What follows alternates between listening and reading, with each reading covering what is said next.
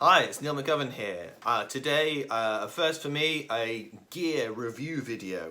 I'm going to be reviewing the Dickerson Resonator ligature, which was very kindly sent to me by Marcus Dickerson. Now, this is not exactly an unboxing video, although I'm going to take it out of the box now. It is a ligature I have had a little go on already, but I just thought I wanted to take it out of the box and show you what it's like. Nice little cardboard box here. And before I play test it and compare it with my usual ligature, I'll just read you what he says about the ligature. He says, why you need to buy this ligature. Your reed is cut from organic cane. To hold the reed to the face of the mouthpiece, standard ligatures attempt to bind this organic reed to the mouthpiece in such a way that it would not move even in an explosion.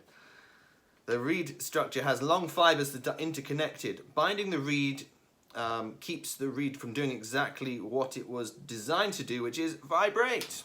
Okay, the Dickerson Resonator suspends the reed to the mouthpiece with only the pressure to hold the reed in place. The Dickerson Resonator allows the reed to vibrate throughout the structure of its fibers. The internal coils, and it does have these lovely coils on it, the internal coils of the resonator captures and radiates spurious vibrations. We don't want those spurious vibrations. That's not good. That normally carry over into your centered tone. And that is if you've got a centered tone, hopefully you do. It says you can pick one up on eBay or reverb.com. If you like it, feel free to do so. Then it's some directions about how to put the ligature on, which hopefully is fairly obvious to do. So let's just have a little test on my current ligature so you can just hear a little bit of how I play. This is, as many of you may know, the Van Doren Optimum ligature. So that's the sort of standard one that I have used for years and years now. I upgraded to that from a Rovner years before that. The Rovner gave me a little bit of a darker sound.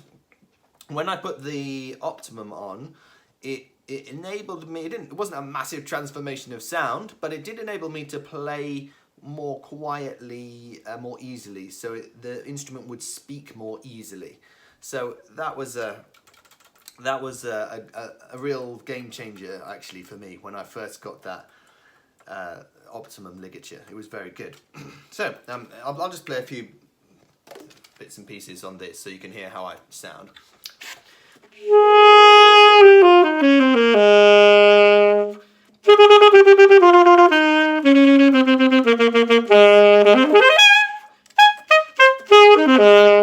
Okay, so there's a few bits just with the normal ligature. Now, I'm going to swap over to the Dickerson now. Now, I've been called out before for doing this, taking ligatures like off this way without taking the reed off, but I'm afraid that's just the way I do it. And I know it would be better to take the reed off, ligature on, then reed. I know, please don't judge me. But this is, I'm going to do it. So I think, he said that one side is bigger than the other. It's not immediately obvious which side. You can see that's true of most ligatures, something people don't always realise actually. But one side of the ligature is always slightly bigger than the other, and that tells you which way to put it on. If you're a beginner and you're on a beginner's ligature, then that's worth knowing. I think the black tab goes at the top, so that's the top. So I'm going to put this on, and I can squeeze it on. So, I mean, one of my initial thoughts about this is that it instantly, I'm having to kind of squeeze it on a little bit more. I'm not sure if I'm doing the technique right or not, but anyway, I've had to kind of force it on the last bit, and it's now seated. If you can see, I don't know if you can see in this light, but hopefully you can see like there's the line, the file. It's a filed reed. It's a Van Doren V12 3.5 for those of you who are interested. There's a line filed on the reed there. You can see the ligature sitting below that, although it is sitting at a jaunty angle, I should say. So interesting to see what effect that will have, if any. So, seem to have got the ligature on. Feels fairly lightweight. I'll sort of have to check how heavy it is in a moment. Actually, not too bad. That feels quite nice to start with. So, I'll try and do the same. What did I just play?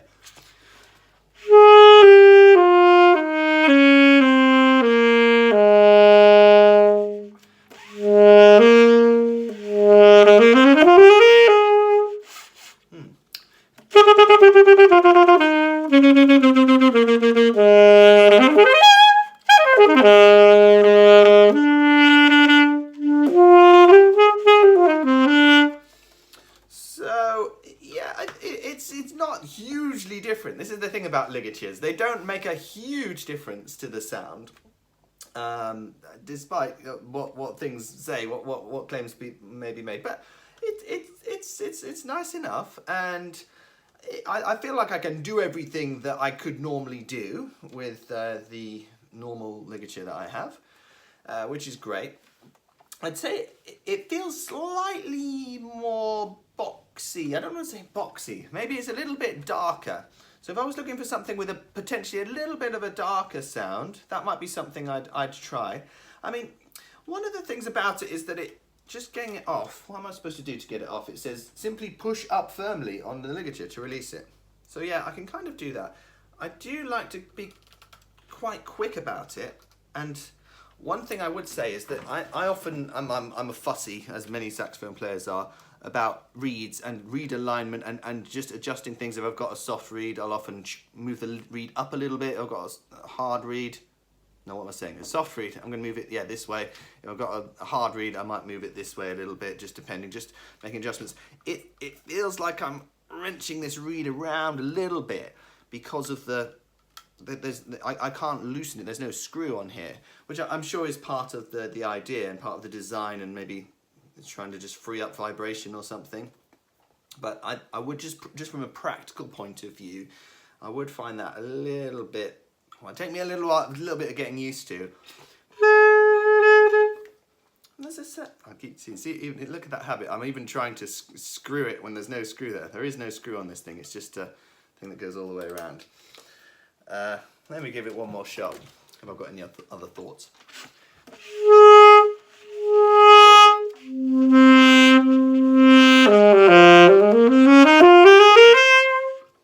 Now I think I may have moved the reed now.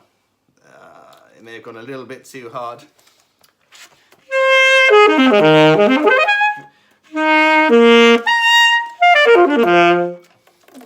I think it's a nice ligature. I think it works. It does the job. The only thing I would say is just practically, I like to get that ligature on and off pretty quick. You know, I like to take it off, re-moisten the reed, fiddle around. Maybe I'm scraping the reed or something, or just putting a different reed on.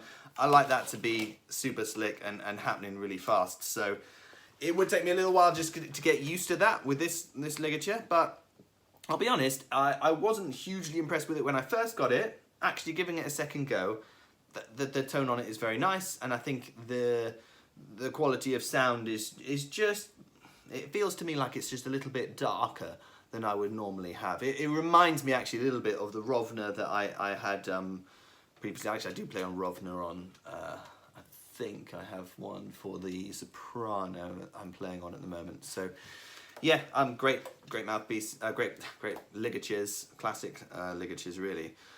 So yeah, it's an interesting, I mean, it's a fascinating design. It looks like a kind of cool bit of plumbing or something. So massive thanks to Marcus for sending me this, and yeah, I'm sorry that the review, I've had it for a long time and I was supposed to have reviewed it months ago, so massive apologies for not doing it sooner. But yeah, if you're looking for something maybe a little bit darker and you like the look of it, it would be maybe worth looking into. That's the Dickerson ligature, Resonator ligature. So hopefully that's interesting. If you're interested in lessons or performances, please see the link in the description below.